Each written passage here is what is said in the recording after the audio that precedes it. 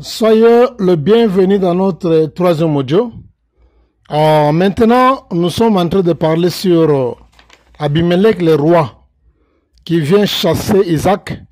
Dans le verset 17, la Bible dit Isaac n'a pas résisté. Isaac partit de là, il campa dans la vallée de Guérar, où il s'établit. Oh Jésus. Isaac creusa de nouveau le puits d'eau qu'on avait creusé du temps d'Abraham son père et qu'avait comblé le Philistin après la mort d'Abraham.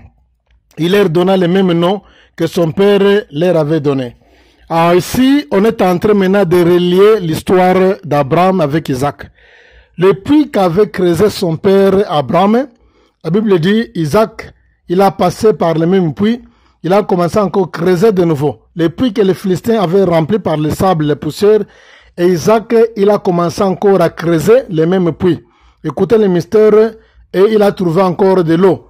Et il n'a pas donné le nom qui est différent, il a donné le même nom qu'avait donné son père. C'est un grand mystère ici. Il y a un grand mystère. Il a creusé les mêmes puits. Il a encore recreusé le même puits qu'avait creusé son père, que le Philistin avait rempli de sable et de la poussière. Mais il a donné, on dit, il a donné le même nom qu'avait donné son père au même puits. Il n'a pas changé le nom, il a donné le même nom. Il a donné le même nom. Ça, c'est l'esprit de la soumission, l'esprit de se placer sous l'autorité. Les serviteurs d'Isaac creusèrent encore dans la vallée et ils trouvèrent un puits d'eau vive. Les bergers de Guérar querellèrent les bergers d'Isaac en disant l'eau est à nous. Il donna au puits le nom d'Ézek parce que ils étaient disputés, ils s'étaient disputés avec lui. Dans 21, on dit, ces serviteurs creusèrent un autre puits au sujet duquel on ne chercha aucune querelle et il appela Setna. Il se transporta de là et il creusa un autre puits pour lequel il ne chercha pas querelle et il appela Robote car il dit l'Éternel nous a maintenant mis au large et nous prospérons dans le pays. Il remonta de là à Beersheba. La Bible dit maintenant, Isaac, le Seigneur était avec lui. Quand le Seigneur était avec lui, tout ce qu'il faisait que réussir. Tout ce qu'il faisait, il n'a pas échoué. Il n'y a aucun endroit que vous allez remarquer ici que Isaac a échoué. Tout ce qu'il faisait que prospérer. Faisait que aller de l'avant. La Bible dit, il s'est installé. Il s'est installé dans un endroit où il n'y avait plus de combat. Partout il était combattu, il le laissait tranquillement. Et suivez un peu ça. Partout Isaac était combattu, il n'a pas résisté. Regarde l'homme qu'on a peur, l'homme que le roi a peur, l'homme que l'armée a peur, l'homme que tout un royaume a peur. Alors, moi je pense bien que quand on le chassait, il devait combattre. Mais il avait l'assurance qu'il portait une semence. Il portait la semence de Dieu. Il avait l'assurance que la bénédiction, ce n'est pas seulement en se placer dans une terre qui est fertile.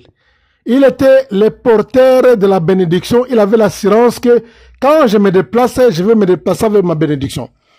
Il n'y a aucune place ici, vous allez remarquer une résistance quand on lui faisait la guerre, quand on lui chassait. Quand il creuse un puits, on lui combat, il laisse la place tranquille, il laisse le puits avec l'eau. Il laisse ça aux Philistins et les Philistins s'en servent.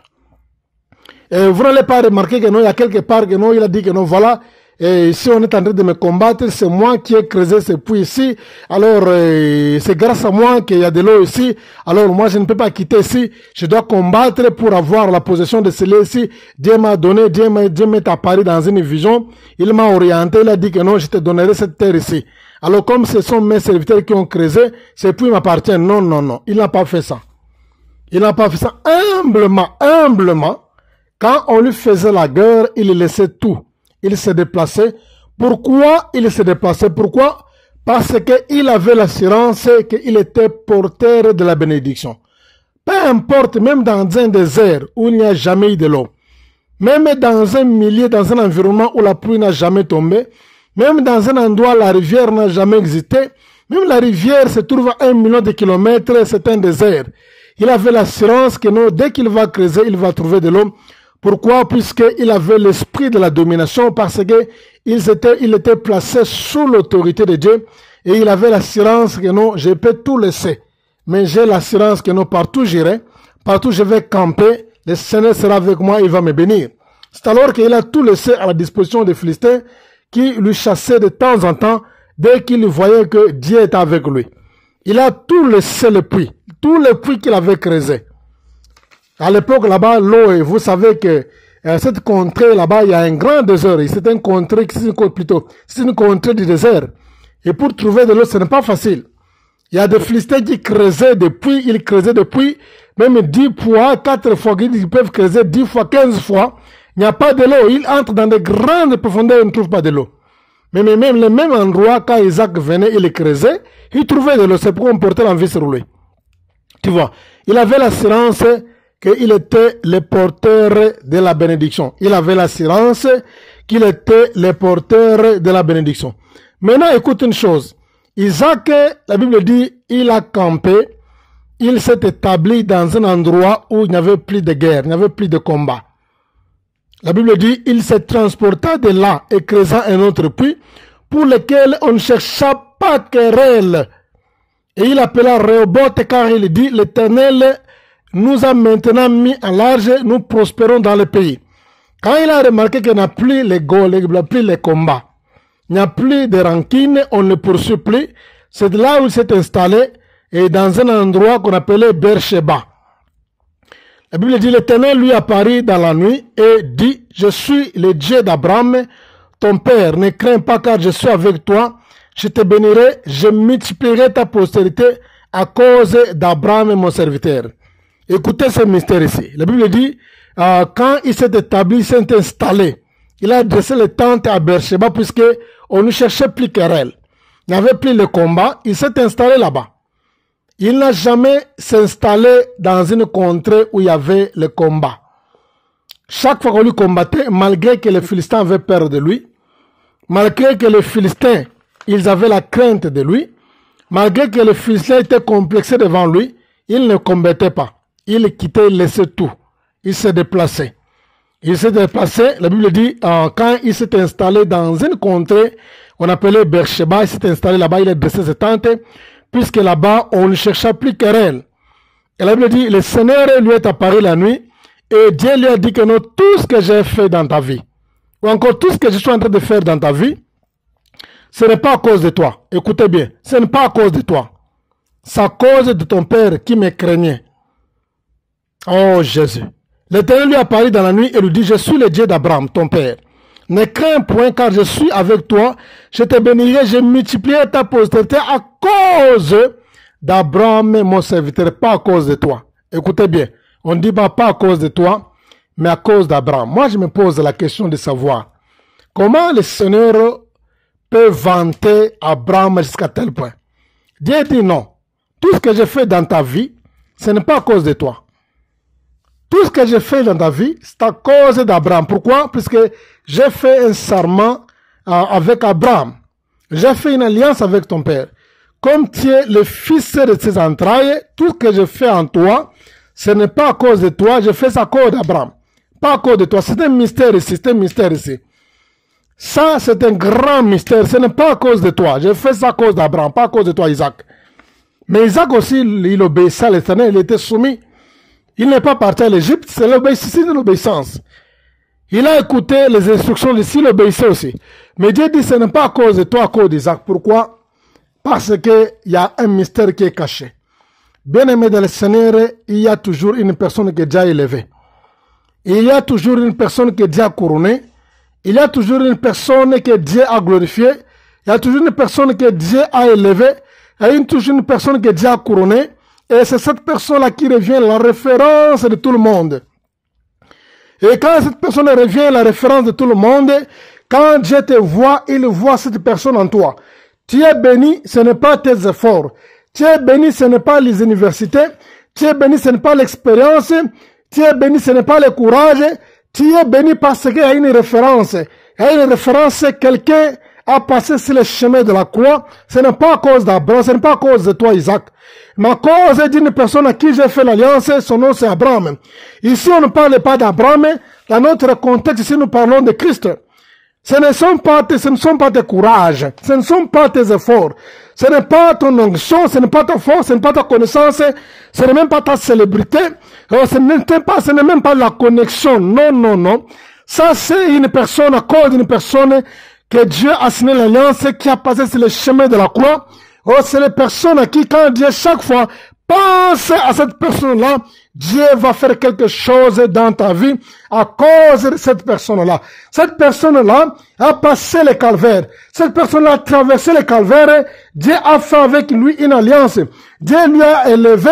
Dieu a fait de lui une référence. De la même manière que Dieu appelle Abraham le père de la foi, oh, de la même manière aussi Dieu a élevé Jésus-Christ, qui est l'image de deuxième Adam plutôt. Dieu l'a élevé et Dieu a fait de lui une référence. À chaque fois, quand tu vois la main de Dieu dans ta vie, ne dis pas que c'est ma sainteté. Ne dis pas que c'est ma désobéissance. Je travaille durement. Oh, je me réveille à 4 heures du matin. Je me réveille à 4 heures du matin. Oh, moi, je suis un grand bosseur. Oh, j'ai des connexions. Oh, j'ai fait les universités. Moi, je suis loin. Non. C'est à cause d'une seule personne. Dieu a dit, ce n'est pas à cause de toi. C'est à cause d'Abraham. C'est à cause de Jésus-Christ que Dieu va venir te visiter, que Dieu va te placer dans un environnement où tu vas dominer les gens. Ce n'est pas à cause de tes efforts, c'est à cause d'une personne que Dieu a élevé, Écoutez ici. Isaac a fait tout ce que son père avait fait. Il était aussi obéissant. Il était aussi sous l'autorité de Dieu. Il craignait Dieu. Tout ce que le Seigneur lui disait, il écoutait et l'observait. Je ne vois ici aucune place que Isaac était rebelle. Il a désobéi. Il s'est désorienté. Il a fait autre chose que ce que l'Éternel lui avait recommandé. Mais à ma grande surprise, Dieu continue à faire référence à Abraham par lui. Dieu dit, ce n'est pas à cause de toi, c'est à cause d'Abraham, mon serviteur. Ce n'est pas à cause de toi. Bien-aimé dans le Seigneur, écoute une chose. Oh, c'est à cause de l'œuvre de la croix. Le Seigneur viendra faire de toi un sujet. Oh, de domination. Oh, c'est à cause d'une personne qui a passé sur la croix. Oh, c'est lui-là qui a passé sur la croix, qu'il est mort, qu'il a dépouillé le diable. Oh, pour qu'aujourd'hui nous ayons cette opportunité, cette grâce-là de dominer. Tu ne peux jamais dominer sans une référence. La domination, il y a toujours une référence. Isaac, sa référence était Abraham, il dominait à cause d'une référence, et la référence, c'était Isaac, c'était Abraham, son père.